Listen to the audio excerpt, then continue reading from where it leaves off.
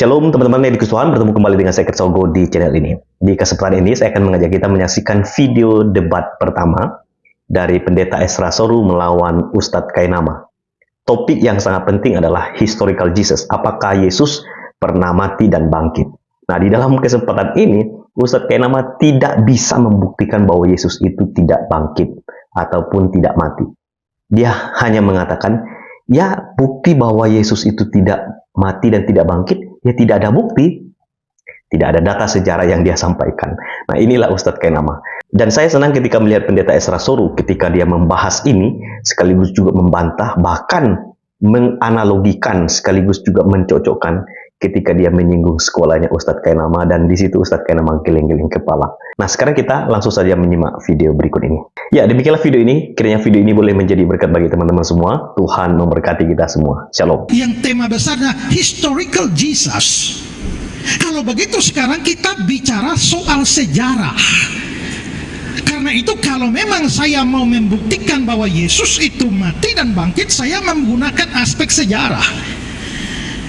Kalau Pak Kainama mau mengatakan Yesus tidak mati, tidak bangkit, itu dari aspek sejarah. Nah, sekarang pertanyaan saya sekarang ini adalah, sejarah apa yang tadi, ada satu sejarah apa yang Bapak kasih yang membuktikan bahwa Yesus tidak mati dan tidak bangkit? Bapak tidak berikan data sejarah satu pun. Yang Bapak berikan itu adalah tafsir. Ini bukan problem hermeneutics, ini problem historical Jesus.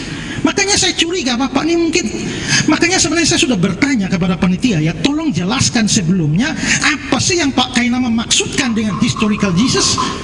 Tapi sampai hari ini saya nggak dapat jawaban, dan saya khawatir bahwa beliau tidak paham apa maksudnya. Dan terbukti bahwa tidak ada masalah sejarah yang diangkat. Soal masalah Pilatus kaget karena Yesus cepat mati, lalu soal jam kematian yang berbeda menurut catatan-catatan Injil, lalu soal kata Yunani soma yang tadi dipersoalkan, lalu soal segala macam mur dan segala macam untuk pembalseman Yesus dan sebagainya. Itu kan bukan soal sejarah, Pak, itu soal tafsir, soal hermeneutics. Dan saya tidak mau kita bergeser dari perdebatan soal historis ke perdebatan soal tafsir, karena kalau mau bicara tafsiran soal semua yang Bapak persoalkan tadi, kita bisa ladeni itu. Tapi ingat, topik kita itulah historical. Jadi saya sekarang mau menantang Bapak, tolong berikan data sejarah yang akurat bahwa Yesus tak pernah mati dan karenanya juga tak pernah bangkit. Yang saya minta data sejarah, jangan tafsir. Silakan.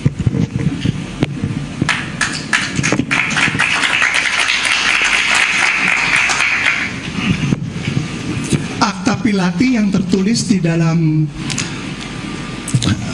The Gospel of Nicodemus ternyata palsu, sehingga nama serta keberadaan individu yang tertua yang tersangkut paling dekat dengan Yesus tidak bisa dibenarkan untuk menjadi dasar sejarah. Begini Pak Pendeta, yang saya tampilkan tadi itu kalau bukan sejarah apa? Gitu kan? Selain daripada firman Tuhan, saudara-saudara tersayang Kristen Katolik bilang juga Bible itu kitab sejarah. Tapi nggak apa-apa, diminta satu saja bukti, ya udah saya kasihnya satu, gitu. Akta Pilati palsu. Demikian Pak Pendeta. Kalau kita menyinggung Alkitab, memang Alkitab itu juga buku sejarah. Tapi yang Pak angkat tadi itu bukan aspek sejarahnya, Pak angkat aspek tafsirnya, hermeneutiksnya. Makanya itu semakin menguatkan saya bahwa Bapak tidak mengerti apa yang Bapak maksudkan dengan historical. Lalu yang tadi Bapak omong terakhir itu apa? Yang Bapak bilang itu palsu itu apa? Yang kalimat terakhir tadi? Bapak bisa jelaskan buat kita? Mengapa itu menjadi bukti bahwa Yesus tidak mati dan tidak bangkit? Bapak tahu, saya butuh Bapak penjelasan supaya semua tahu.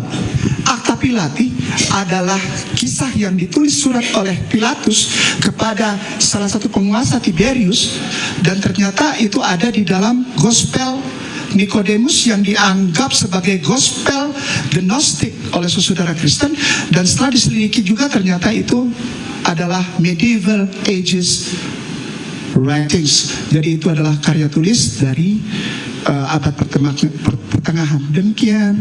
Oke, baik. Kalau Bapak menyinggung gospel dari Gnostik, apakah Bapak tahu bahwa justru kami orang Kristen juga menolak Injil-Injil Gnostik itu?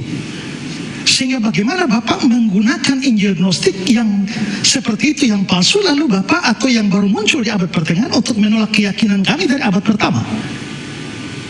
Itu sama seperti kain kafan Turin tadi. Bapak angkat kain kafan Turin, Bapak bantah, kami juga nggak percaya itu. Bapak angkat Gnostik lagi, kami juga nggak percaya itu.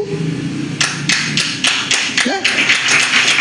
Nah itu yang saya bilang Pak, kalau Bapak ambil Injil Gnostik itu yang abad pertengahan atau setelah zamannya ini, sekarang saya nanya, ada tidak dokumen sejarah dari abad paling awal ya yang membuktikan Yesus tidak mati? Ini sebenarnya adalah secara logika itu kesalahan logika. Itu namanya fallacy, argumentum et ignorantium. Ya, argumen dari ketidaktahuan. Kesalahan argumentasi ini adalah bahwa seseorang mengklaim sesuatu benar atau salah hanya karena tidak ada bukti. Sebaliknya. Nah, ini kesalahan logika di mana seorang anggap sesuatu pernyataan benar karena tidak ada bukti bahwa pernyataan itu salah. Nah, itu salah. Ya. Bukti bahwa makhluk asing tidak ada. Ya, bukti bahwa makhluk asing tidak ada itu adalah tidak ada bukti bahwa mereka ada. Itu kesalahan logika semacam itu.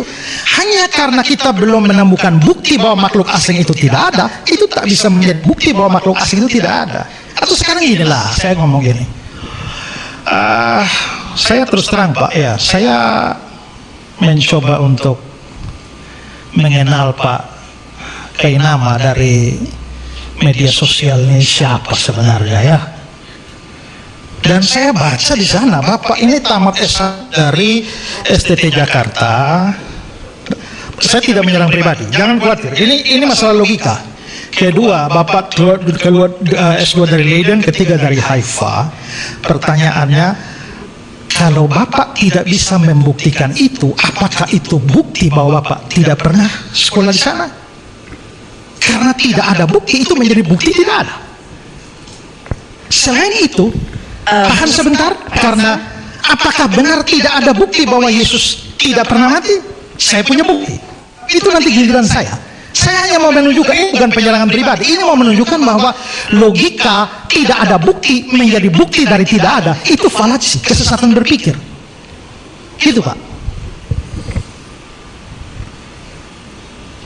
Jadi dengan kata lain begini, kita mau bicara tentang historical Jesus dengan tema yang begitu luar biasa, dan Pak Kainama datang dengan hanya satu bukti. Buktinya adalah tidak ada bukti. Astaga naga.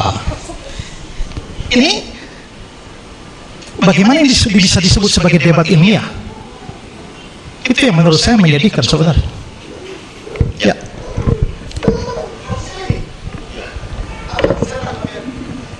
Boleh ada pertanyaannya Pak? Fallacy itu, kesesatan berpikir itu, Bapak nggak punya bukti. Selain bukti tidak ada, Bapak belum mengatakan bahwa tidak ada bukti. Sebentar saya kasih bukti. Iya, saya tunggulah buktinya. Iya, artinya sekarang, iya. Gini ya, ini ada dua babak di mana sebentar saya membuktikan. Tapi dengan kata lain, babak pertama di mana Pak Kainama mau membuktikan bahwa Yesus tidak pernah mati, tidak pernah bangkit. Ya, buktinya hanya tidak ada bukti. Itu aja Pak ya. Itu bukan bukti sejarah. Kita bicara sejarah. Bapak bicara bukan sejarah. Bible sejarah, tapi problem yang Pak angkat adalah problem hermeneutis. Bapak mengerti antara Bible itu sejarah dan masalah yang diangkat itu masalah sejarah atau masalah hermeneutis. Dengan kata lain adalah bahwa Pak Kainama mengangkat problem tafsir satu buku sejarah dan bukan sejarah itu sendiri. Jadi dengan kata lain, babak beliau selesai. Karena hanya itu saja buktinya, bahkan bukan bukti. Karena buktinya adalah tidak ada bukti.